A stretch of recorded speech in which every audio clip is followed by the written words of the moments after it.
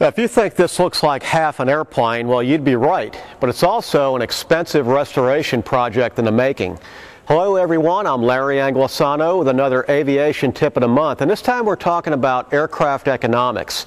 It's a topic that folks hit me with every day of the week as they search the used aircraft market looking for a good deal. Well, forget about everything you learned in College Economics 101, because it doesn't apply to used aircraft. Well, here's why. So here we are going into spring 2011, good time to buy an airplane, and I use this aircraft as a prime example. It's a 1979 Piper Archer. It's got a run-out engine, it needs avionics, paint and interior are okay, and with a good eye you can find one on the used market for about $45,000 to $50,000. Now that's a good deal. Now let's step through the upgrade process to see what this aircraft is really going to cost by the time you're said and done. Let's talk about the engine first. The Archer has a Lycoming 0360. It's got a 2,000 hour TBO, and the original engine on this aircraft was well over 2,000 hours, essentially run out. The replacement is a Lycoming factory overhaul exchange for about $20,000. Now that $20,000 doesn't include labor, accessories, or any propeller work that may be needed.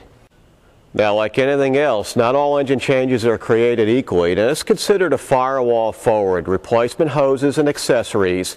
It was accomplished by Total Aircraft Maintenance in Hartford, Connecticut. And as you can see, it's got replacement engine mounts that have been powder coated. Now, you'll pay for this attention to detail, but it's clearly a first-class job.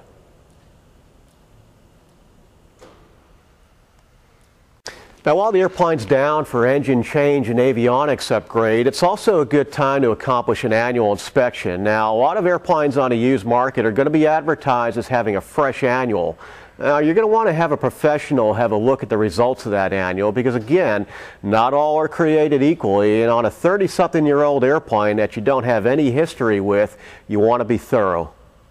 Now, on a side note, it's in your best interest to hire professionals that'll be an active part of your used aircraft search, because as airplanes become more complex, obviously the stakes are higher and you can lose a lot of money if you aren't careful. Now, here's everyone's favorite part of the restoration process. It's the avionics upgrades. Now, here's where the economics can get confusing and questionable. This avionics package is a basic modern standard for IFR flying. It's got good audio, a Garmin 430W WAAS navigator, good second navcom, a TIS traffic transponder, 406 MHz emergency locator beacon, and an STEC 30 dual axis autopilot. This package is a whopping $45,000 installed. $15,000 of that is autopilot. There's no fancy metal panel work. In fact, it retains that old-fashioned 1970s Royalite plastic. So now that the dust has settled and the check is cleared, you're into this Archer for about $130,000, including the $45,000 buy-in price to the original airframe. Now, that doesn't include a new paint job. Now, Blue Book value suggests a retail price of about $60,000 on this airplane. Well, so where are we going with this? Okay, we know airplanes are expensive. We know upgrades are expensive too. And if you could accept the fact that the airplane is way overpriced, well, that's okay.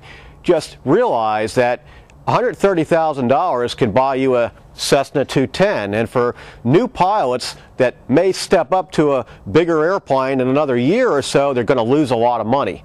Okay, so understanding that initial $130,000 investment you made in that old Archer can buy you a higher performance airplane like this Cessna 210, you'll need to realize that the operating cost of a 210 just won't come close to that of a smaller Archer.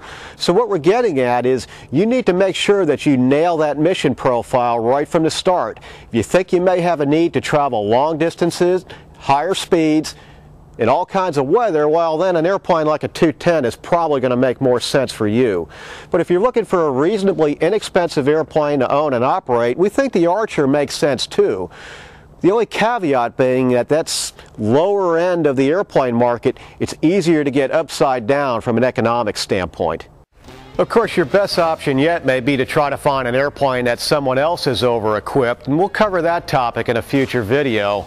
But here's a primer. A 40-something-year-old Cessna 182. It's got a Texas Skyways 550 conversion, 3-bladed Scimitar prop. It's got TKS ice protection, over $110,000 worth of avionics, nice paint, nice interior.